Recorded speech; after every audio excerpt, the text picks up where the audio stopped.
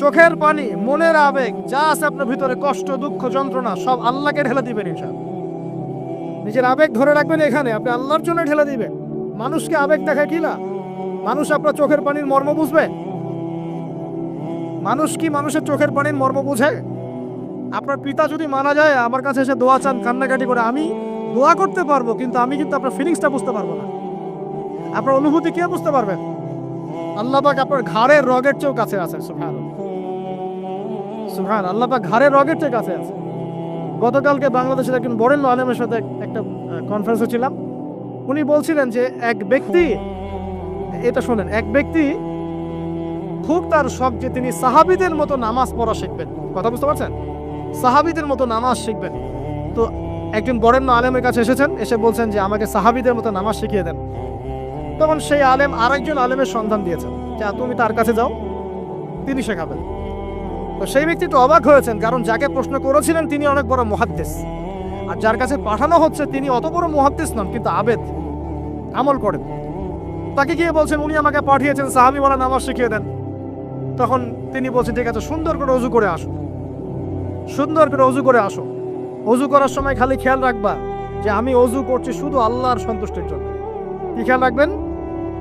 অজু করছি শুধু আল্লাহকে রাজি খুশি করার জন্য অজু করছে, আর কোনো উদ্দেশ্য নাই আমার।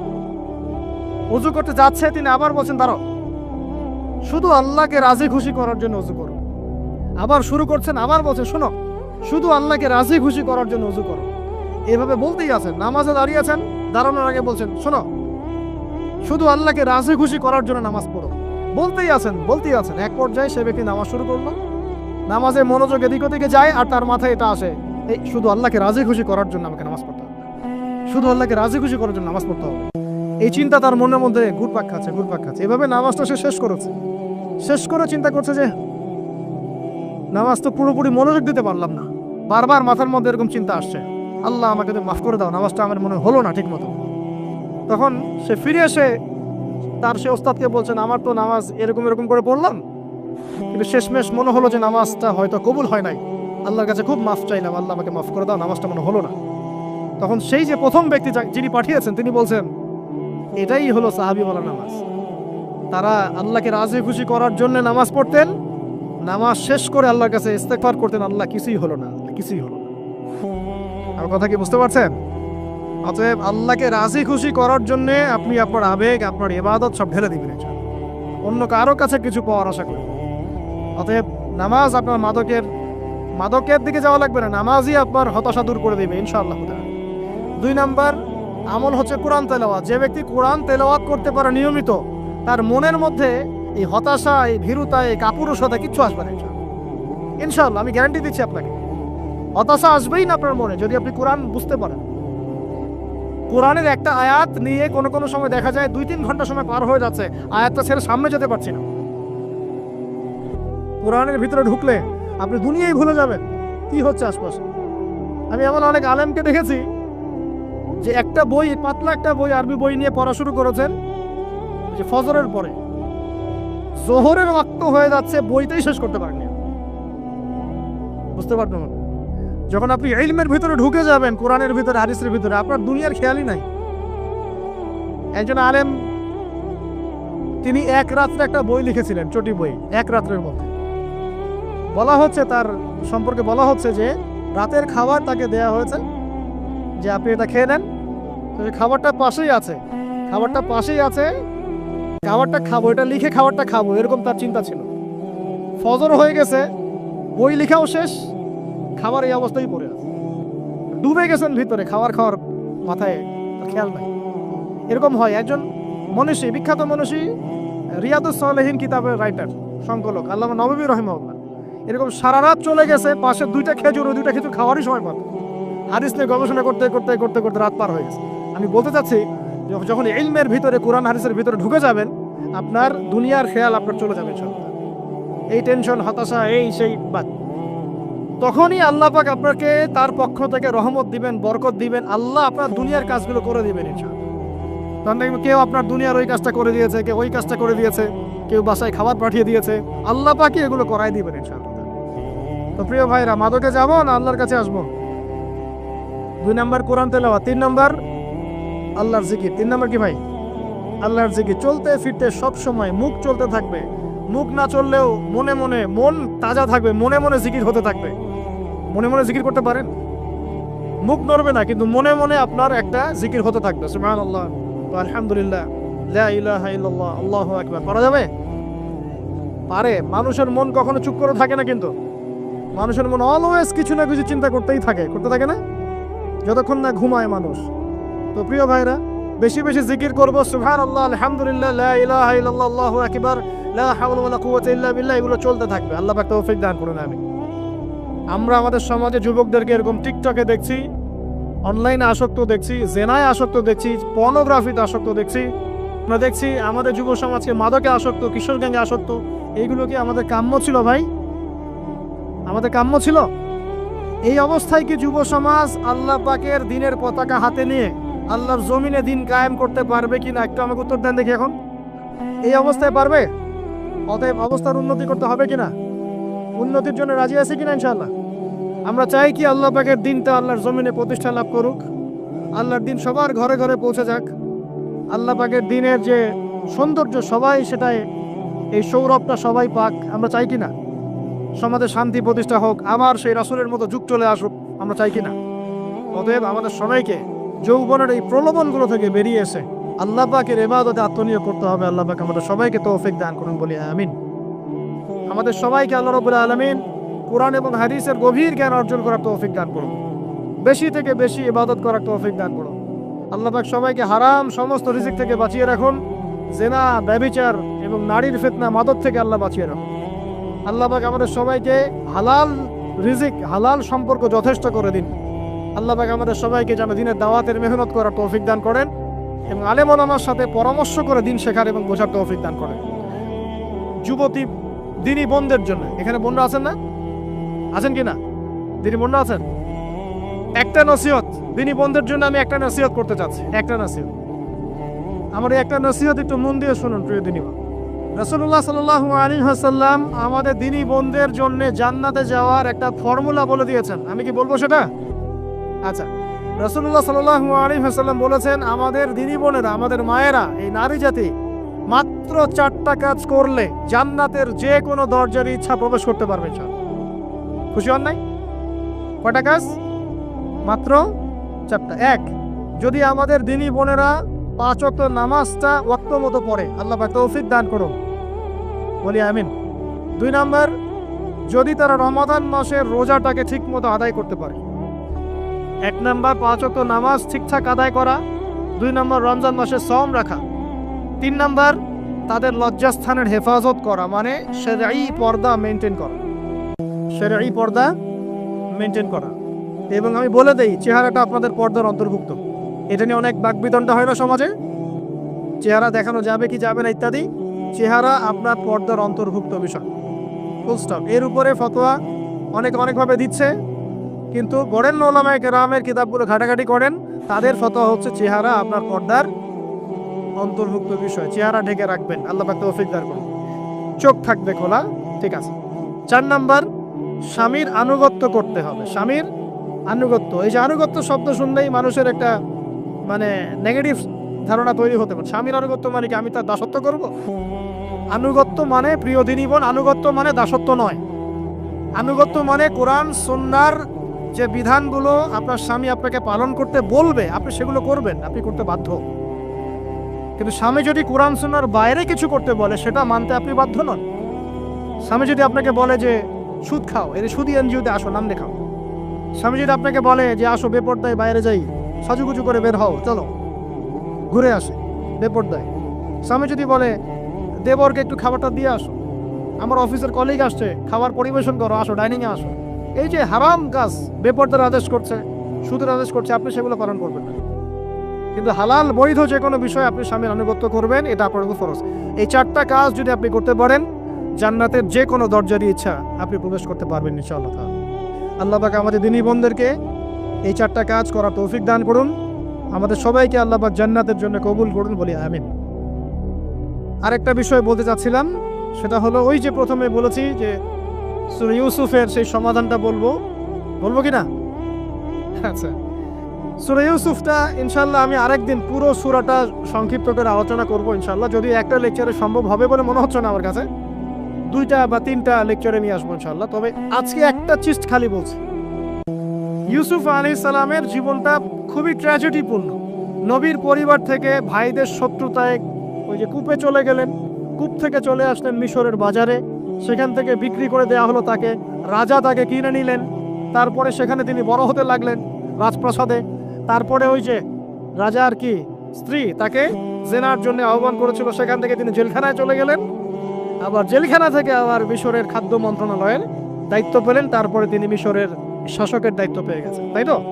আচ্ছা, এর মধ্যে একটা জায়গা খালি বলবো আজকে আপনাদের। টপিকটা কি দিবা তোমরা?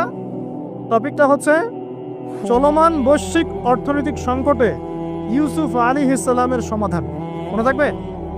চলমান এই বৈশ্বিক অর্থনৈতিক সংকটে ইউসুফ আলাইহিস সালামের সমাধান কি ছিল? ইউসুফ আলাইহিস সালাম জেলখানায়, কোথায় বলেন তো? জেলখানায়। তখন দুজন ব্যক্তি তাকে বলছে, ইউসুফ, আমরা দুজন দুটো স্বপ্ন দেখেছি, তুমি কি স্বপ্নের ব্যাখ্যা দিতে পারবে? আমরা তোমাকে সত্যবাদী বলে মনে করি। ইউসুফ আলাইহিস সালাম বলছেন, খাবার আসার আগেই তোমাদেরকে স্বপ্নের ব্যাখ্যা দিয়ে দেব।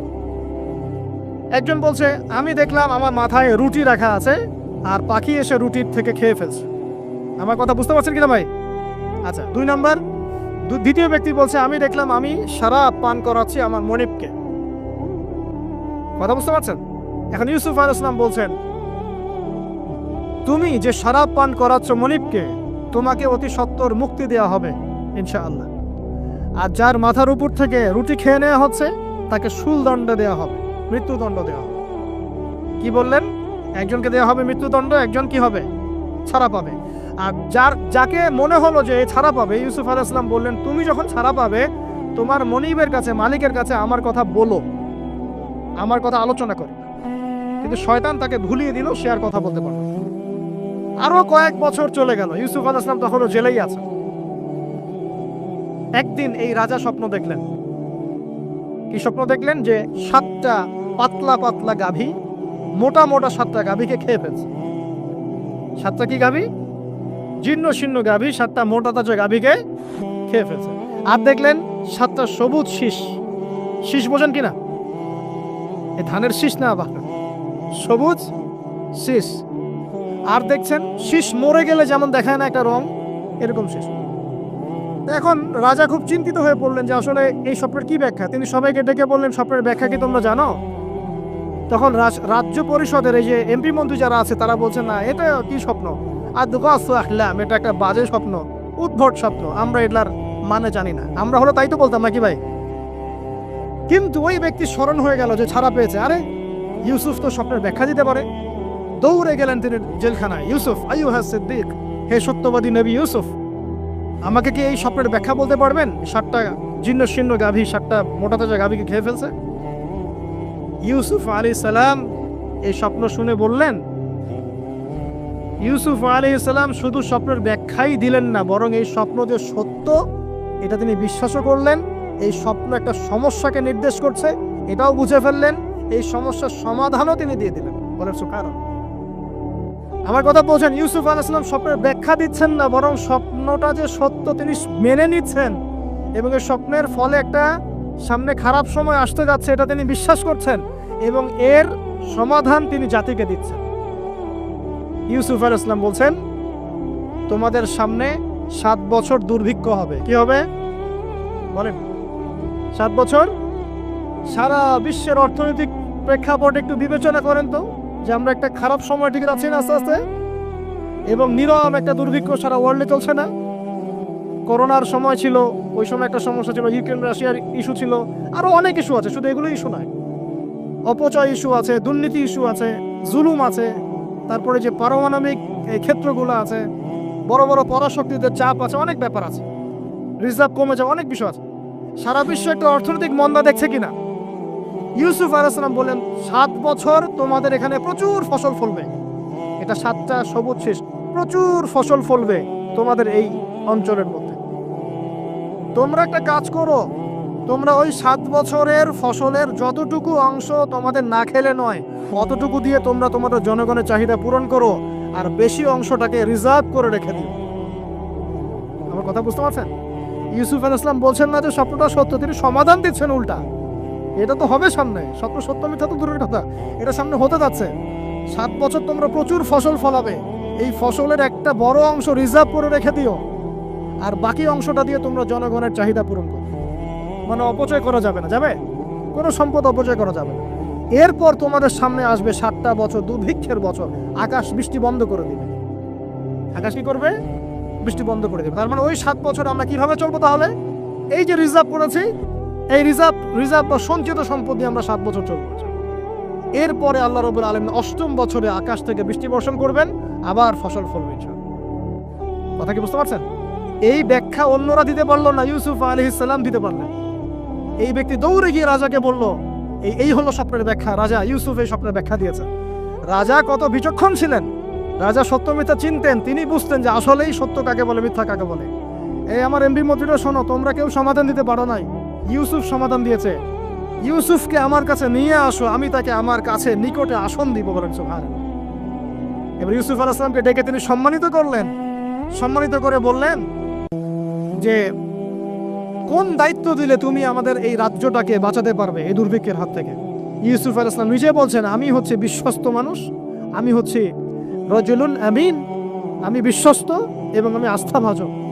আমাকে আপনি খাদ্য মন্ত্রণালয়ের দায়িত্ব দেন, ইনশাআল্লাহ আমি এই প্রবলেমগুলো সলভ করবো ইনশাআল্লাহ। এরপর তাকে দায়িত্ব দেওয়া হলো খাদ্য মন্ত্রণালয়ের। 7 বছর তিনি এরকম পলিসি গ্রহণ করলেন, মিশরের লক্ষ লক্ষ মানুষ পরবর্তী 7 বছরের দুর্ভিক্ষ থেকে বেঁচে গেল।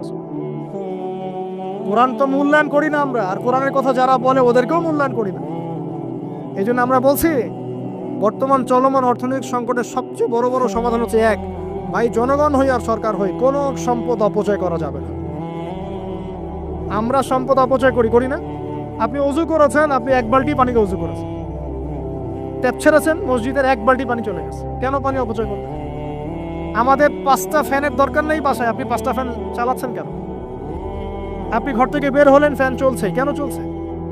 ঘর মুছেছেন, ফ্যান ছেড়ে দিয়েছেন, ওই যে পাখা বাতাসে শুকাবে মাটি, কেন? এসি চালিয়েছেন, 24 ঘন্টা চালানোর কি দরকার? 2 ঘন্টা চালিয়ে বন্ধ করলে হয়। বিদ্যুতের ব্যাপার, গ্যাসের ব্যাপার, তেলের ব্যাপার, আমরা কি কম অপচয় করি মনে হচ্ছে আপনার কাছে? আমরা প্রচুর অপচয় করি, আর আমরা জনগণের সাধু না, আমরা বেশি অপচয় করি। আমরা অপচয় করি না ভাই, প্রমাণ আপনি নিজের বাসায় পাবেন।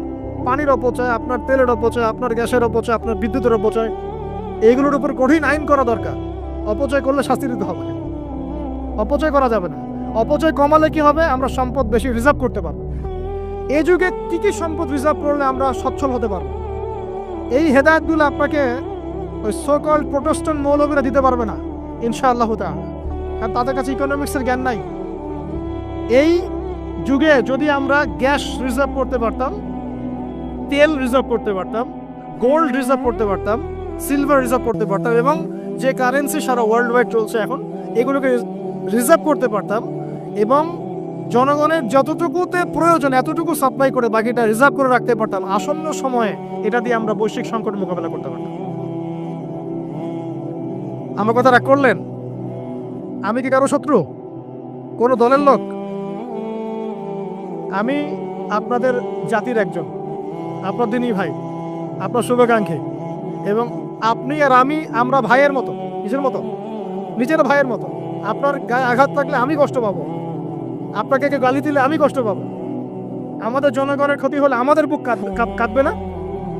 জনগণের ক্ষতি হলে, দুঃখ দুর্দশা হলে আমাদের বুক কাঁদা উচিত, উচিত কি না? আমাদের সবাইকেই যার যার দায়িত্ব পালন করতে হবে। আমরাও অপচয় বন্ধ করে দেবো ইনশাআল্লাহ তাআলা। আমি আপনাদের ভাই এবং আমি আপনাদেরকে মহব্বত করি। আমরা জেনার পথে যাব না, আমরা হালাল সম্পর্কে থাকবো ইনশাআল্লাহ। যখন আপনি জেনায় চলে যাবেন, আপনার কলব থেকে আল্লাহ নূর নষ্ট হয়ে যাবে। এটা এমন একটা পাপ যেটা করার পর মানুষ আল্লাহর সামনে মাথা তুলে দাঁড়াতে পারে না, লজ্জায় চোখ নেমে যায়, ইবাদতে স্বাদ পায় না। যখন হারাম সম্পর্কে, ফ্রি মিক্সিং, এগুলোতে মানুষ থাকে, ইবাদতে মানুষ স্বাদ পায় না। দিনের পর দিন ইবাদত করে মনোযোগ আসে না, মন লাগে না, চোখ দিয়ে একটু পানি বের হয় না, আল্লাহর জন্য কাঁদতে পারে না, কারণ মনের মধ্যে তো নূর নাই। আর যখন একটা মেয়ে বেপরদায় থাকে, সে অনেক ইবাদত করলেও অনেক ইবাদত করলেও তার এই বেপরদায় থাকার কারণে সমাজের বহু মানুষের চোখের জেনা হয়ে যায়। এ থেকে ওই সব মানুষের পাপের ফল এই মেয়েটাকে ভোগ করতে হয়। এবং মানুষের চোখের বদনজর লাগে, ওই মেয়ে অসুস্থ হয়ে পড়ে মানসিকভাবে, শারীরিকভাবে। আমি আমাদের যুবক ভাই এবং যুবক যুবতীদের বোনদেরকে রিকোয়েস্ট করব, আল্লাহর ওয়াস্তে চরিত্রটাকে পবিত্র রাখার চেষ্টা করুন। আল্লাহ পাক তৌফিক দান করুন। এই যুবকে আল্লাহ পাক আরশের ছায়া দিবেন যে একটা মেয়েকে পেয়েও আল্লাহর ভয় তাকে ভোগ করে নাই। আল্লাহ পাক এরকম যুবক ঘরে ঘরে তৈরি করুন। তাহলে কি করবেন ভাই? হালাল উপার্জনের ব্যবস্থা করবেন, ব্যাস সরাসরি বিয়ে করে ফেলবেন। পরিবারকে বোঝানোর চেষ্টা করবেন, না বুঝলে আন্দোলন শুরু করবেন যে আমি জেনা করতে চাই না, আমি বিয়ে করতে চাই, বিয়ে আমার দেওয়ানি লাগবো, এইরকম। ব্যাস তারপর দেখবেন বাপ মা কেমন করে বিয়ে না দেয়। আল্লাহ সাহায্য করবে ইনশাআল্লাহ। আল্লাহ আমাদের যুবক ভাইদেরকে চরিত্র হেফাজত করার স্বার্থে বিয়েকে সহজ করে দিন। আমি আবার কাউরে নিয়ে পালায় যায় না, ওই কাজ করতে যায় না কিন্তু আবার, ঠিক আছে? কারণ এভাবে কোর্টে গিয়েও যদি একটা মেয়ে বিয়ে করে, এই বিয়ের জায়েজ না জায়েজ নিয়ে অনেক কথা আছে। অতএব এইসব ঝুঁকির মধ্যে যাবেন না, বাসায় বোঝানোর চেষ্টা করবেন। আর এক শ্রেণীর ব্যক্তি আছে যাদেরকে আল্লাহ পাক আরশের ছায়া দিবেন। তারা কারা? যারা গোপনে আল্লাহকে স্মরণ করে কাঁদতে পারে। বলি সুবহানাল্লাহ। এখন এই দুটো হাদিসের মধ্যে যুবকদের অবস্থান কি পেয়েছেন? আচ্ছা, আরেকটা শোনাই এবার। নবী সাল্লাল্লাহু আলাইহি ওয়াসাল্লাম বলেছেন, 5টা জিনিস আসার আগেই 5টা বিষয়কে মূল্যায়ন করো। 1, তোমার বার্ধক্য আসার আগেই তোমার যৌবনকে মূল্যায়ন করো। যৌবনের গুরুত্ব পেলেন তো এবার? তোমার মৌত আসার আগেই তোমার জীবনকে মূল্যায়ন করো। সচ্ছল থাকা অবস্থাতেই অসচ্ছলতাকে মূল্যায়ন করো। অসচ্ছলতা আসার আগেই সচ্ছলতাকে মূল্যায়ন করো। অসুস্থতা আসার আগেই সুস্থতাকে মূল্যায়ন করো। এবং এই যে কথাটা বললাম যে তোমার বার্ধক্য আসার আগেই যৌবনকালটাকে মূল্যায়ন করো। এই হাদিসগুলোর মধ্যে আমরা সংক্ষিপ্ত পরিসরে যৌবনকালের গুরুত্ব পাচ্ছে কিনা ভাই? এখন এই যৌবনকালটা আমাদের কাটানো উচিত আল্লাহ পাকের ইবাদতের মধ্য দিয়ে।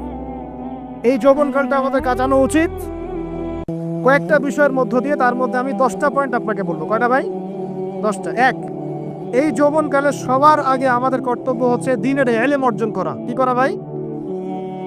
দ্বীনের ইলম অর্জন বলতে আমি কি বোঝাচ্ছি? দ্বীনি ইলম অর্জন বলতে আপনাকে আমি বোঝাচ্ছি যে কমপক্ষে কোরআনটুকু তেলাওয়াত করতে শিখুন, হাদিসগুলো পড়তে শিখুন, ইসলামী বইপত্র পড়াশোনা করুন, পাশাপাশি জেনারেল সাবজেক্টগুলো পড়াশোনা করুন। এদিকে আপনি এগিয়ে যান, এদিকেও এগিয়ে যান, দুই দিকে আগাতে থাকেন। এর পাশাপাশি বরেণ্য ওলামায়ে কেরামদের সোহবতে থাকার চেষ্টা করেন। যারা রিনাউন্ড এবং বরেণ্য ওলামায়ে কেরাম, তাদের সোহবতে থাকার চেষ্টা করেন। ইলম অর্জনের অনেক ধাপ আছে। শুরু করেন কোরআন তেলাওয়াত দিয়ে, তারপরে আস্তে আস্তে হাদিসে যান, কোরআনের তাফসীরে যান, ইতিহাস পড়েন, ইসলামের ইতিহাস পড়েন, ইসলামিক অর্থনীতি পড়েন, রাসূলের জীবনী সিরাত পড়ে দেখেন, ইসলামিক ফিকহের বইগুলো পড়ে দেখেন। আস্তে আস্তে গ্র্যাজুয়ালি আপনি সামনে যাবেন। এই সিলেবাসটা আপনি কোত্থেকে পাবেন? এই সিলেবাসটা দেখবেন প্রত্যেক জেলায় জেলায় বরেণ্য কওমি ওলামায়ে কেরাম আছেন না, তাদের সাথে পরামর্শ করবেন, আপনাকে সুন্দর সিলেবাস করে দিবে ইনশাআল্লাহ। এইভাবে আপনি পড়াশোনা করবেন এবং ওস্তাদের সাথে থেকে পড়াশোনা করবেন। একা একা সব কিছু করা যায়? একা একা সব কিছু করা যায় না। একটা সিলসিলা লাগে, একটা ওস্তাদের সোহবত লাগে নাকি? একা একা কি কোরআন সুন্নাহ সব বুঝে ফেলতে পারবেন আপনি? তাই মনে হয়? কখনোই না। অতএব বরেণ্য আলেমদের সোহবত লাগবে, আবার আপনার চেষ্টাও লাগবে। আল্লাহ পাক তৌফিক দান করুন। এই যৌবনকালের প্রথম কাজ কি ভাই? ইলম অর্জন করা। 2 নম্বর, এই যৌবনকালে আমরা যে পরিমাণ ফিজিক্যালি ফিট থাকি, শরীরে শক্তি থাকে, উদ্যম থাকে, আমাদের বয়সটা 40-50 হয়ে গেলে সেটা থাকবে না। থাকবে? অতএব এই যৌবনকালে বেশি বেশি ইবাদত করতে থাকেন। আল্লাহ পাক তৌফিক দান করুন। এই যৌবনকালে 5 ওয়াক্ত নামাজ তো পড়বেনই, এর পাশাপাশি নফল নামাজগুলো পড়ার চেষ্টা করবেন। এর পাশাপাশি আপনি চেষ্টা করবেন তাহাজ্জুদের ওয়াক্তে একটু নামাজ পড়ার জন্য, কমপক্ষে 2 রাকাত, অ্যাটলিস্ট 2 রাকাত নামাজ তাহাজ্জুদের সময় পড়ার চেষ্টা করি। আল্লাহ আমাকে তৌফিক দেখ, আপনাদের সবাইকে তৌফিক দান করুন। ওই সময় আপনি যে দোয়াই করবেন আল্লাহর কাছে কবুল হবে ইনশাআল্লাহ। যে দোয়াই করবেন আল্লাহ কবুল করবেন ইনশাআল্লাহ। যদি আপনার রিজিকটা কি হয়? হালাল হয়। হারাম রিজিক দিয়ে ইবাদত কবুল হয়? হারাম রিজিকের দোয়া কবুল হয়? কবুল হয় না। 3 নাম্বার, এই যৌবনকালে আমরা রাসূলের সুন্নতের উপর বেশি আমল করব ইনশাআল্লাহ। করা যাবে ইনশাআল্লাহ? তার নিয়াত করতে পারি যে ইনশাআল্লাহ চেহারাগুলো পরিবর্তন হবে।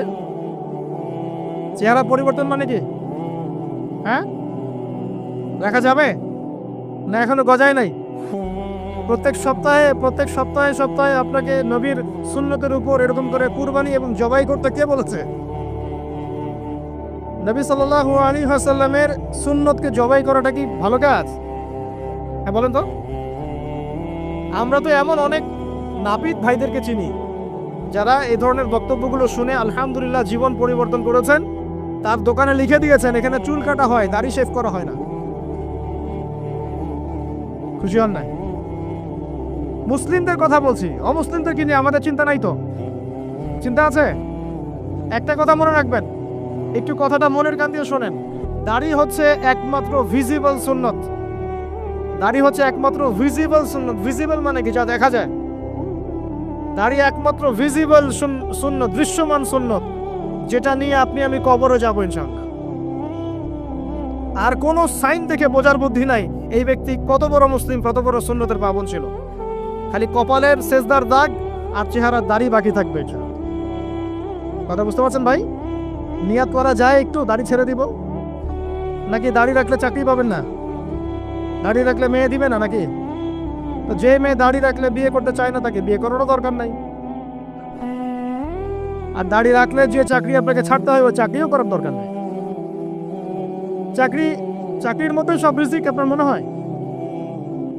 রিজিকের সবচেয়ে বড় অংশ আছে কিসের মধ্যে? বিজনেসের মধ্যে। যারা বিজনেস করে তাদের আন্ডারেই লক্ষ লক্ষ মানুষ চাকরি করে। বাংলাদেশে যে ইকোনমিক সিস্টেম, এই ইকোনমিক সিস্টেমের মূলে কারা জানেন? ব্যবসায়ীরা। কারা? বড় বড় ব্যবসায়ীরা। এমন অনেক ব্যবসায়ী আছেন যাদের একজনের জাকাতের টাকা দিয়ে একটা গ্রামের মানুষকে খাওয়ানো যায়। বিশ্বাস করছেন না? ইকোনমিক তো আমার সাবজেক্ট, আমরা পড়েছি এগুলা, পড়াশোনা করেন দেখেন। বিজনেস, এরপরে আছে ক্রিয়েটিভ কোনো প্রজেক্ট, এমন কোনো প্রজেক্ট যেটা এখন পর্যন্ত কেউ লঞ্চ করে নাই। এখন অনলাইনে অনেকে আয় করেন না, আজকে থেকে 20 বছর আগে মানুষ এটা করেছিল। এখন অনেক মানুষ বাহির থেকে পড়াশোনা করে দেশে এসে এই যে ডেইরি প্রজেক্ট করছে, পোলট্রি করছে, নতুন নতুন অনেক প্রজেক্ট করছে না? কৃষিভিত্তিক অনেক কাজ করছে। তারা কি সচ্ছল না? আমি একজন ভাইয়ের কথা জানি যিনি আলহামদুলিল্লাহ আল্লাহর এই অধম বান্দার ওয়াজ শুনে সুদের চাকরি ছেড়ে দিয়েছিলেন। চাকরি ছেড়ে দিয়ে তিনি চায়ের বিজনেস শুরু করেন, চায়ের বিজনেস। তো ইদানিং জানলাম তিনি এখন মানুষকে টাকা ধার দেন। মাশাআল্লাহ, তিনি এখন মানুষকে টাকা ধার দেন চায়ের ব্যবসা করেই। আর আমাকে তো এখনো মানুষের কাছে হাত পাততে হচ্ছে। কথা বুঝতে পারে নাই? আল্লাহ পাক তাকে সুদ ছেড়ে দেওয়ার জন্য সচ্ছল করে দিয়েছেন। এই ওসিলা দিয়েই তিনি সচ্ছল হয়েছেন আলহামদুলিল্লাহ। রিজিক কার হাতে? এটা বিশ্বাস করেন, রিজিক আল্লাহর হাতেই। আল্লাহ পাক চাইলে আপনাকে বেহিসাব রিজিক দিবেন ইনশাআল্লাহ। অতএব সুন্নতকে বিসর্জন দিয়ে নয়, সুন্নতে থাকেন, আল্লাহ পথ খুলে দিবেন ইনশাআল্লাহ। আল্লাহ পাক তৌফিক দান করুন। যুবক ভাইদেরকে বলছিলাম তাহলে প্রথম কাজ আমাদের ইলম অর্জন করা, তারপরে কি ভাই?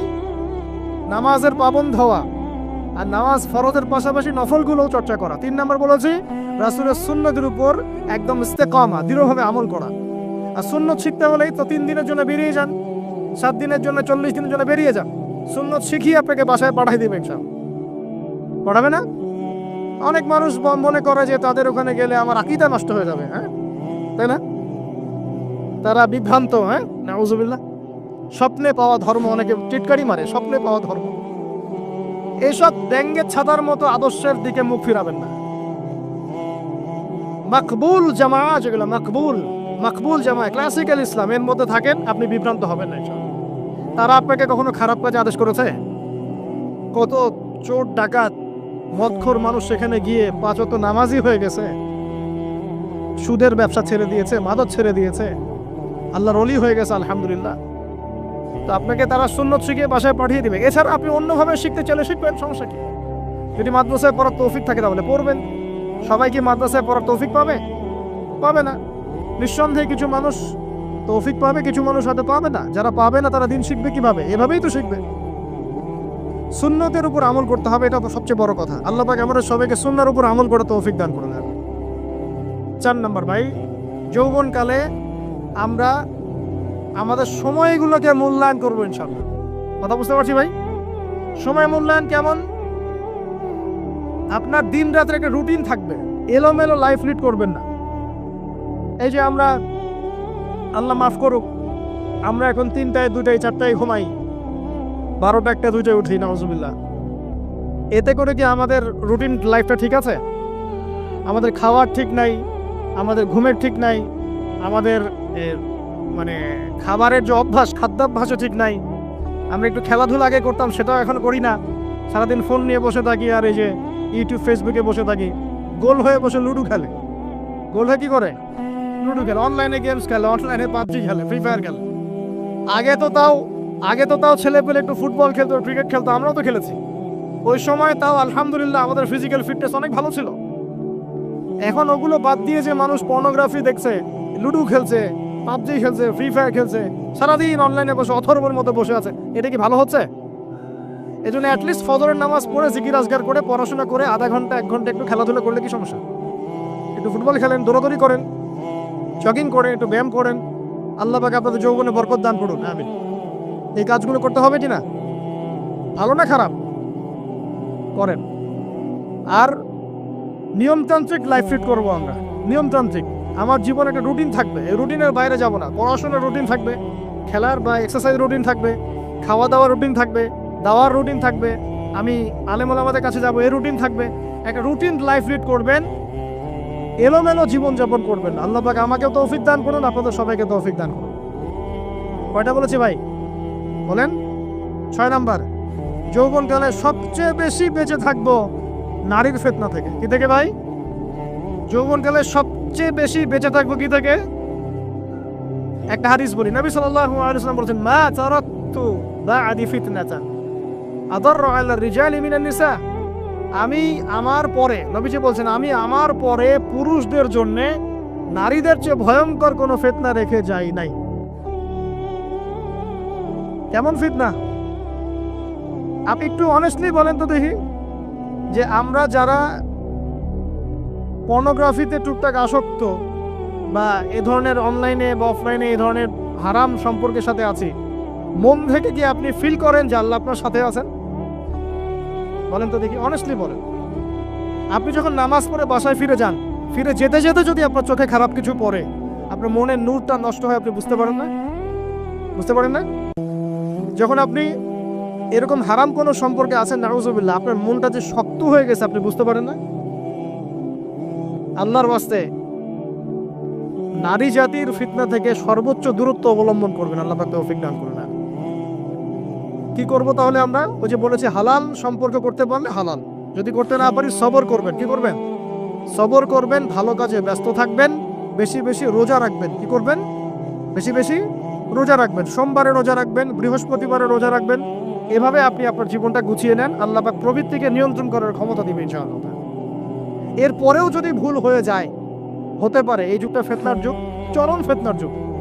যদি কোনো ভুল হয়ে যায়, খবরদার আপনি হতাশ হবেন না। ভুল হয়ে গেলে কখনো হতাশ হবেন না। হতাশা শয়তানের পক্ষ থেকে আসে, কখনো হতাশ হবেন না।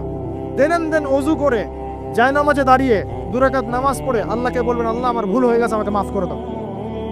পারা যাবে ইনশাআল্লাহ। জীবনে কখনো হতাশ হবেন না। জীবনে যাই হয়ে যাক না কেন, কখনো হতাশ হবেন না। মনে রাখবেন, আল্লাহ আপনার রব, আল্লাহ আপনার সাথে আছেন ইনশাআল্লাহ। অতএব নারীর ফিতনা থেকে নিজেকে বাঁচিয়ে রাখার চেষ্টা করুন, আল্লাহ পাক তৌফিক এনায়েত করুন। 7 নাম্বারটা হচ্ছে, এই সমাজ আপনাকে যেভাবে শেখায়, কিভাবে শেখায়? এই যে স্কুল, কলেজ, ইউনিভার্সিটি, চাকরি, বিয়ে, সন্তান প্রতিপালন, আর তারপর ইন্না লিল্লাহি ওয়া ইন্না ইলাইহি রাজিউন, এই তো শেখায় নাকি? সবসময় মনে রাখবেন যে আল্লাহ রাব্বুল আলামিনের পরিকল্পনাই আপনার উপরে সবচেয়ে বেশি অগ্রাধিকার যোগ্য, সমাজের পরিকল্পনা নয়। পরিবার আপনাকে চাপ দিচ্ছে, চাকরি পাস না, পড়াশোনা করিস না, হ্যাঁ পড়াশোনায় কেন তুই 80 নম্বর পাইলি না, কেন চান্স পেলি না, কবে চাকরি পাবি, কবে আমাদেরকে দেখবি, খাওয়াবি, পড়াবি, এই যে চাপগুলো চারপাশ থেকে আসে কিনা? এতে করে অনেক যুবক দেখা যায় মাদকাসক্ত হয়, অনেকে দেখা যায় আত্মহত্যা করছে, ইদানিং করছে কিনা ভাই? এই শব্দটা থেকে আমি এই পয়েন্টটা আজকে লিখেছিলাম, যে ভুলেও আল্লাহর প্রতি বিশ্বাস এবং তাওয়াক্কুল হারাবেন না। সমাজ যেভাবে শেখায়, সমাজ চারপাশে যে চাপ আপনাকে দিচ্ছে, এই চাপে নিজে গা ভাসিয়ে দিবেন না। আপনি আল্লাহর কাছে দোয়া করবেন, আল্লাহর কাছে পথ চেয়ে নেবেন এবং আল্লাহর প্রতি তাওয়াক্কুল ভরসা করবেন। কখনো আত্মহত্যার পথ বেছে নেবেন। কি হয়েছে? 80 নাম্বার পান নাই তো কি হয়েছে? আপনি চেষ্টা করেছেন কিন্তু চান্স পান নাই তো কি হয়েছে? চেষ্টা তো করেছেন আপনি চেষ্টা করেছেন ইউনিভার্সিটির চান্সের জন্য, আপনি চান্স পাই নাই। চেষ্টা করেছেন আপনি, বাস চেষ্টা করেছেন, পাই নাই, তাকদিরে ছিল পাই নাই, বাস। আমি আমার চেষ্টা করেছি। কখনোই আত্মহত্যার পথ বেছে নেবেন না। আর আমরা পিতা মাতাদেরকে রিকোয়েস্ট করব, কোনো অবস্থাতেই সন্তানকে এত বেশি চাপ দিবেন না যে সন্তানটার এই কোমরটাই ভেঙে চলে যায়। এই সমস্যাগুলো দিন দিন বাড়ছে সমাজের মধ্যে। কেন এত চাপ দিচ্ছেন? তার প্রতিভা কোথায় খুঁজে বের করুন। তাকে জোর করে কেন টেনে লম্বা করার চেষ্টা করছেন? আমাদের সমাজে বাচ্চা হয়ে গেলেই তার পিঠে একটা সিল মেরে দেয়, হয় ডাক্তার না হলে ইঞ্জিনিয়ার। কেন? এর বাইরে কোনো প্রফেশন নাই? আমার সন্তানকে হয় ঢাকা বিশ্ববিদ্যালয়ে চান্স পেতে হবে, না হলে বুয়েটে, না হলে এখানে। এর বাইরে আর কোথাও পড়ারই জায়গা নাই। আর এখানে পড়লেই আমার সে ছেলে বা আমার মেয়ে একদম সবচেয়ে বড় জ্ঞানী হবে, অন্য কোনোভাবে হবে না, এটা গ্যারান্টিতে আছে? যারা সভ্যতা বিনির্মাণ করেছেন তারা কয়জন বড় বড় ডিগ্রি সার্টিফিকেট পেয়েছেন? খুঁজে বের করে দেখেন, খুঁজে বের করে। আমরা ফিলোসফির মধ্যে যে ফিলোসফারদের হিস্ট্রি পড়েছিলাম, তাদের মধ্যে বেশিরভাগই দেখা যায় স্কুলেও যায় না, কলেজেও যায়। আছে না এমন? আছে। আমি বলছি না আপনারা যাবেন না, আমি বলছি জ্ঞানের মানদণ্ড এটাই নয় যে আমার সার্টিফিকেট অর্জিত হয়েছে। সার্টিফিকেটটাই জ্ঞানের মানদণ্ড নয় তো। হ্যাঁ, প্রতিযোগিতার একটা জগৎ আছে, আমাকে সে জগৎ উতরাতে হবে। আপনি চেষ্টা করবেন, যদি না হয় তাকদীরে ছিল, হয় নাই, বাস হয় নাই। আমাকে আল্লাহ পাঠিয়েছেন তার ইবাদত করার জন্য, এখানে আত্মহত্যা করার জন্য আল্লাহ আমাকে পাঠান নাই। আমার জীবন যদি দিতেই হয় তাহলে আল্লাহর জন্য দিব ইনশাআল্লাহ। ঠিক আছে কথা?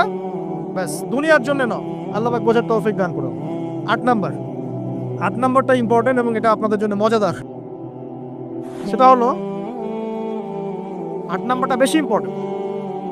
এটা হচ্ছে দিনের পথে চলার ক্ষেত্রে আপনি অনেক রকম মতবাদ পাবেন সামনে।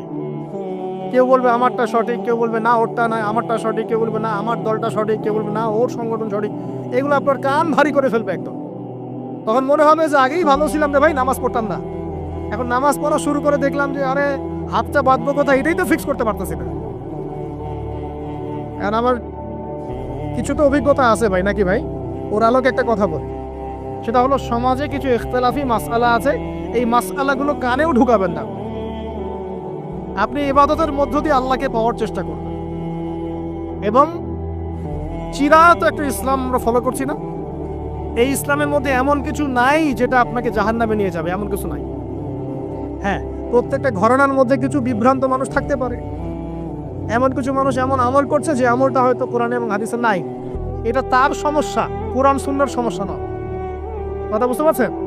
এটা তার সমস্যা, সে এটাকে সেই বেদাতটা করছে, সেই শিরকটা করছে। তার মানে এই নয় যে কোরআন হাদিস আমাকে শিরক শিখিয়েছে, বেদাত শিখিয়েছে।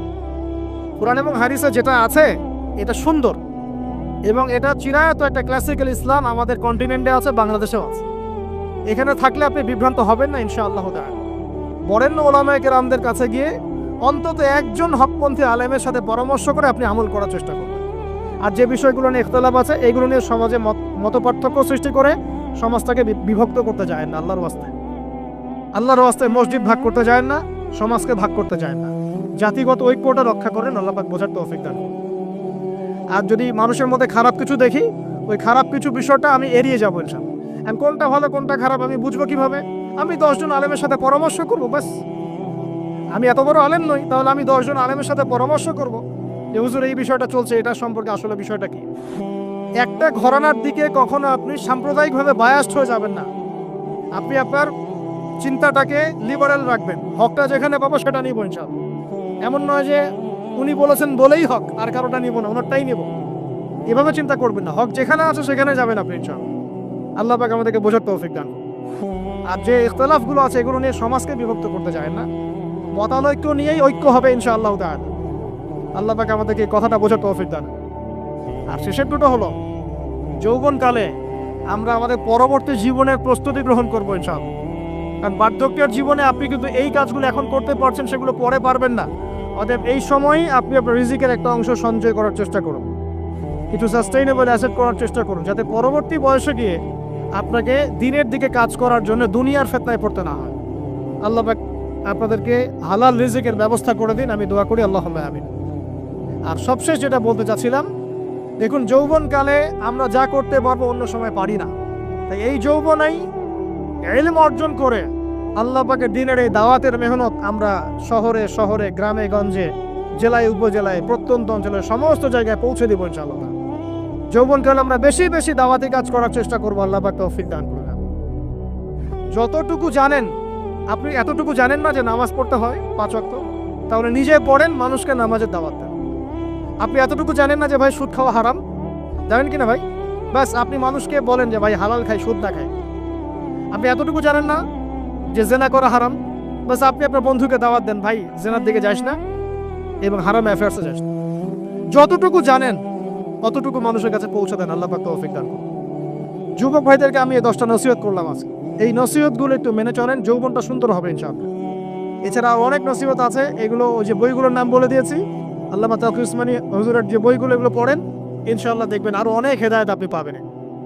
মোটা দাগে কথা হচ্ছে ইলম অর্জন করতে হবে। রাজি আছে কিনা ভাই? রাজি আছে কিনা বলেন? ইলম অনুযায়ী আমল বাড়িয়ে দিব, রাজি আছে কিনা? হকপন্থী ওলামায়ে কেরামের সাথে পরামর্শ করে চলবো, রাজি আছে কিনা? আমরা যৌবনকালে হালাল রিজিক অন্বেষণের চেষ্টা করব, রাজি আছে কিনা? যৌবনের সময়কে বিন্যাস করে চলবো, এলোমেলো জীবনযাপন করব না, রাজি আছে কিনা? নারীদের ফিতনা থেকে বেঁচে থাকার চেষ্টা করব, রাজি আছে কিনা? আগামী দিনের জন্য, ইসলামকে এগিয়ে নেওয়ার জন্য দাওয়াতের মেহনত করব, রাজি আছে কিনা? আচ্ছা, এখন আসেন, এগুলো আমাদের করণীয় ছিল, আমাদের যুবকরা এখন করছে কি সেটা শোনেন। আমাদের যুবকরা এখন কিশোর গ্যাং করছে, কিশোর গ্যাং কি করছে? আপনাদের পরিবারের কর্তা যারা আছেন তাদেরকে আমি একটু রিকোয়েস্ট করবো, আপনার সন্তানের দিকে খেয়াল রাখেন। আপনার সন্তানকে যত ছোট মনে করছেন, আপনার সন্তান এখন এত ছোট নয়। কিশোর বয়সে সে এমন পাপও করে ফেলেছে যা আপনি এখনো করেন নাই। কিশোর বয়সে এমন এমন পাপ করা তার শেষ যা আপনি এখনো চিন্তাও করতে পারেন না। অতএব সন্তানকে শুধু গায়ে গতরে বড় করলে হয় না। আমরা যে সন্তানকে মানুষ করার জন্য নিজের ঘাম ছেড়ে দিচ্ছি, মানুষ করার অর্থ হচ্ছে ওর আত্মাটাকে গড়ে তোলা, শুধু দেহটাকে গড়ে তোলা নয়, তার আত্মাটাকে গড়ে তোলো। সন্তানটাকে খেয়াল রাখেন।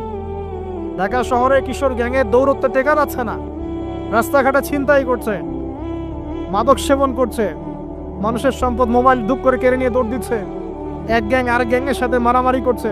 এগুলো শিখছে কোত্থেকে? এগুলো শিখছে আপনার ওই যে অপসংস্কৃতি দেখে দেখে। পশ্চিম থেকে, আমাদের পার্শ্ববর্তী থেকে অনেক অপসংস্কৃতি ঢুকছে ভিতরে, ওটা দেখে দেখে দেখে দেখে শিখছে কি করতে হয় না। দুইটা গ্যাং তৈরি করছে এবং সিনেমাতে যেমন দেখানো হয় সে নিজেকে ওই রকম করে চিন্তা করা শুরু করেছে। এই কনসেপ্টগুলো মানুষ পাচ্ছে কোথায়? নাটক সিনেমা থেকে পাচ্ছে। একটা দল ক্রিয়েট করেছে, সে সেই দলের নেতা হয়েছে, আরেক দল তাকে মারতে আসছে, সে আবার তাকে মারতে যাচ্ছে। এই যে জিনিসগুলো, এগুলো নাটক সিনেমায় দেখানো হচ্ছে না এখন। যুবকরা শিখছে কোত্থেকে এগুলা?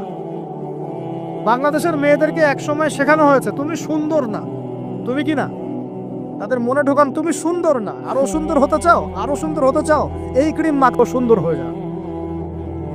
এই একটা কনসেপ্ট ঢুকিয়ে দিছে মাথায়, তুমি সুন্দর না, তোমাকে আরো সুন্দর হতে হবে। আল্লাহ তোমাকে যে সৌন্দর্য দিয়েছেন এটা যথেষ্ট না, অন্যরা আরো অনেক বেশি সুন্দর, তুমি সুন্দর না, এই ক্রিম মাখো সুন্দর হবে। এই করতে করতে করতে ক্রিমের ব্যবসা শুরু হলো। বাণিজ্য, সবকিছুর পিছনে কি থাকে? বাণিজ্য, আর কিছু না। তারপর শুরু হলো যে পার্লার, অমুক ক্রিম তমুক ক্রিম, অমুক সোনো, এই সেই, বাস মেয়েরা পাগল হয়ে গেল। বাস নতুন নতুন আমরা আমাদের সংস্কৃতি ধারণ করে যে কাপড় চোপড়গুলো পরি, কিছু মানুষ শেখালো এর চেয়ে এই ফ্যাশনটা ভালো, এটা পরো। বাস ঈদে ঈদে নতুন নতুন ফ্যাশন আসা শুরু করলো। আরে পাঞ্জাবি পায়জামা পরো তো আমাদের বাপদাদাদেরই সুন্নত, বাঙালিদেরই সুন্নত। সব বাদ দিয়ে এখন আমরা কি শুরু করেছি দেখেন তো। এগুলো কিন্তু মিডিয়া দিয়ে আপনাদেরকে ঢোকানো হয়, মিডিয়া থ্রু দিয়ে। আমরা দেখছি এখন যুবকরা, বহু যুবক মাদকাসক্ত হয়ে যাচ্ছেন, হচ্ছেন কিনা? কিসের এত হতাশা ভাই? কি হয়েছে? আপনার গার্লফ্রেন্ড আপনাকে ছেড়ে চলে গেছে? তা গেছে না, হয়তো কি হয়েছে না, কি হয়েছে? গার্লফ্রেন্ড ছেড়ে চলে গেছে তো কি হয়েছে? আল্লাহ পাকের জমিনে কি মেয়ের অভাব নাকি? আরে শেষ জামানে একজন ছেলের পিছনে 40টা মেয়ে ঘুরবে। 40টা মেয়ে ঘুরবে না, আসলে সরি ফর দ্য ল্যাঙ্গুয়েজ, 40 জন নারীর দায়িত্ব একটা ছেলেকে নিতে হবে শেষ জামানায়। মানে মা, বোন, ফুপু, খালা, স্ত্রী, এই সব মিলে 40 জন কাঁধে উঠে যাবে। এখন ঘরে ঘরে মেয়েদের সংখ্যা বাড়ছে না? নবীজি বলেছেন শেষ জামানায় মেয়েদের সংখ্যা বাড়বে, ছেলেদের সংখ্যা কমবে। কমছে কিনা ছেলেদের সংখ্যা? এখন হয়তো এভারেজ 100, 104, পরে দেখবেন আরো বেড়ে গেছে। শুধু আমেরিকার হিস্ট্রি ঘেটে দেখেন, ওখানে ছেলে মেয়ের অনুপাতটা কেমন, কমছে সব জায়গাতে, আরো সামনে কমবে। তো একজন গার্লফ্রেন্ড আপনাকে ছেলে চলে গেছে, বাস জীবনটা উৎসর্গ করে দিতে হবে তার জন্য? এখন কি ফেন্সিডিল, গাঁজা, ইয়াবা এগুলো সেবন করতে হবে? আপনাকে কে সৃষ্টি করেছেন ভাই? কি উদ্দেশ্যে? প্রথমে কি আয়াতটা বলেছে, কি উদ্দেশ্যে? আমাকে আল্লাহ পাঠিয়েছেন দুনিয়াতে নামাজ পড়তে, রোজা রাখতে, দিনের প্রচার করতে, দিনের জ্ঞান অর্জন করতে, এই তো। তা আমি একজন মেয়ের জন্য জীবন নষ্ট করে দিব কেন? আমি তাহলে আল্লাহর কাছে কি মুখ দেখাবো আর নবীর কাছে কি মুখ দেখাবো? ওখানে গিয়ে বলবো আল্লাহ আমি আমার অমুক প্রেমিকার জন্য আশায় হয়ে একদম জীবন দিয়ে দিয়েছি, আত্মহত্যা করেছে?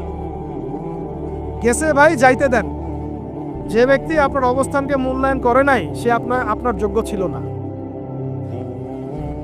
এখন আপনি কি করবেন? নিজের অবস্থান উন্নত করেন, আপনার পিছনে লাইন ধরে ঘুরবে ইনশাআল্লাহ। এটাই বাস্তবতা।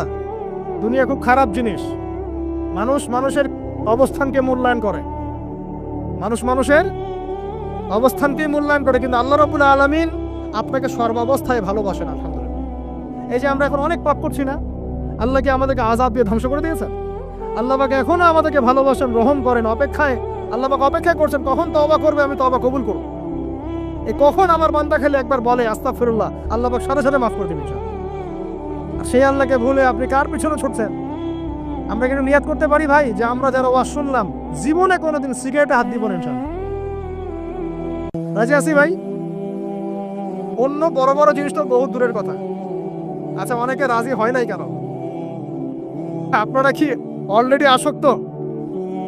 আমি অনেক ভাইকে দেখেছি মাশাআল্লাহ ইফতার খুলেই একদম বেনসন টানা শুরু করেছে। হ্যাঁ, এটা যে হারাম আপনাদের কেউ ওয়াজ করে শোনায় নাই? এটাকে কি মনে করেন আপনারা, হারাম না হালাল? কেউ বলেছে মাকরু, নাকি মাকরু ফতোয়া দিয়েছে? মাকরুহ শব্দের অর্থ জানেন আপনি? মাকরুহ শব্দের অর্থ কি একটু শোনেন। সূরা বনী ইসরাইল খুলবেন। কোন সূরা? সূরা বনী ইসরাইল। আল্লাহ পাক বলছেন আমি বনু ইসরাইলকে এই কাজগুলো করতে নিষেধ করেছিলাম। কোন কোন কাজ? জেনা করো না, জেনার ধার কাছে যেও না, এতিমের মাল আত্মসাৎ করো না, শিরিক করো না, ইত্যাদি। যারা আলেম আছেন তারা আমার কথা বুঝবেন। এই কাজগুলোর পরে আল্লাহ পাক বলছেন যে এই প্রত্যেকটা কাজ আল্লাহর কাছে মাকরুহ, অপছন্দের। কিসের? অপছন্দ। তাহলে এটাকে আপনি সহজ মনে করছেন? নিয়াত করি আল্লাহ পাকের সন্তুষ্টির জন্য আমরা কোনোদিনও মাদকের সাথে সম্পৃক্ত হব না ইনশাআল্লাহ। আর বিশ্বাস করেন, শুধুমাত্র মাদকদ্রব্য নিয়ন্ত্রণ অধিদপ্তর এই আইন কানুন এগুলো দিয়ে, জরিমানা দিয়ে মানুষকে মাদক ছাড়ানো যাচ্ছে না, যাবে না। কেন যাবে না এটা আপনারা খুব ভালো করেই জানেন, আমি বলতে চাচ্ছি না। অনেক সময় মাদক বিরোধী কনসার্ট করে মানুষ, মাদক বিরোধী কনসার্টে ওঠার আগে এক বোতল ডাইল খেয়ে আসে আগে। এগুলো কি বাস্তব কথা বলছি না অবাস্তব কথা বলছি? আমাদের যুবক ভাইরা কোশ্চিন কালেও মাদকের ধার কাছে যাবেন না ইনশাআল্লাহ। একটা হাদিস খালি মনে রাখেন, এই হাদিসটা মনে রাখেন। নবী সাল্লাল্লাহু আলাইহি ওয়াসাল্লাম বলেছেন কেউ যদি মাদকদ্রব্য সেবন করে তার 40 দিনের নামাজ কবুল হবে না। সিগারেট একটা খেয়েছি, 40 দিন নামাজ নাই। এরপর যদি সে তওবা করে আল্লাহ মাফ করে দিবে। আবার যদি মাদক খায় আবার 40 দিন কবুল হবে না। যদি আবার তওবা করে আল্লাহ মাফ করে দিবে। আবারও যদি খায় আবারও 40 দিন কবুল হবে না। আবারও তওবা করলে আল্লাহ আবার মাফ করে দিবেন। চতুর্থবার সে যদি মাদক খায়, আল্লাহ রাসূল সাল্লাল্লাহু আলাইহি ওয়াসাল্লাম বলছেন আল্লাহ পাক কিয়ামতের মাঠে তাকে তিনাতুল খাবাল পান করাবেন। কি পান করাবেন? তিনাতুল খাবাল। সাহাবীরা বললেন ইয়া রাসূলুল্লাহ এটা কি? তিনাতুল খাবাল কি? নবী সাল্লাল্লাহু আলাইহি ওয়াসাল্লাম বলছেন এটা হচ্ছে জাহান্নামীদেরকে আযাব দেওয়ার পর তাদের রক্ত মাংসের যে পুঁজ বের হবে, এই যে ড্রিঙ্কস, জাহান্নামের হার্ড ড্রিঙ্কস, এই ড্রিঙ্কসের নাম হলো তিনাতুল খাবাল। আল্লাহ পাক আমাদের সবাইকে মাদক থেকে বাঁচিয়ে রাখুন। হতাশা মাদক দিয়ে দূর হয় না। হতাশা দূর হবে, বলে দিব 3টা জিনিস, মাত্র 3টা। কয়টা ভাই? 1, 5 ওয়াক্ত নামাজ। এক কি? নামাজে আপনি অজু করে সিজদা দেন, ইনশাআল্লাহ আপনার মনে প্রশান্তি না আসলে আমাকে এসে বলেন যে আসে নাই।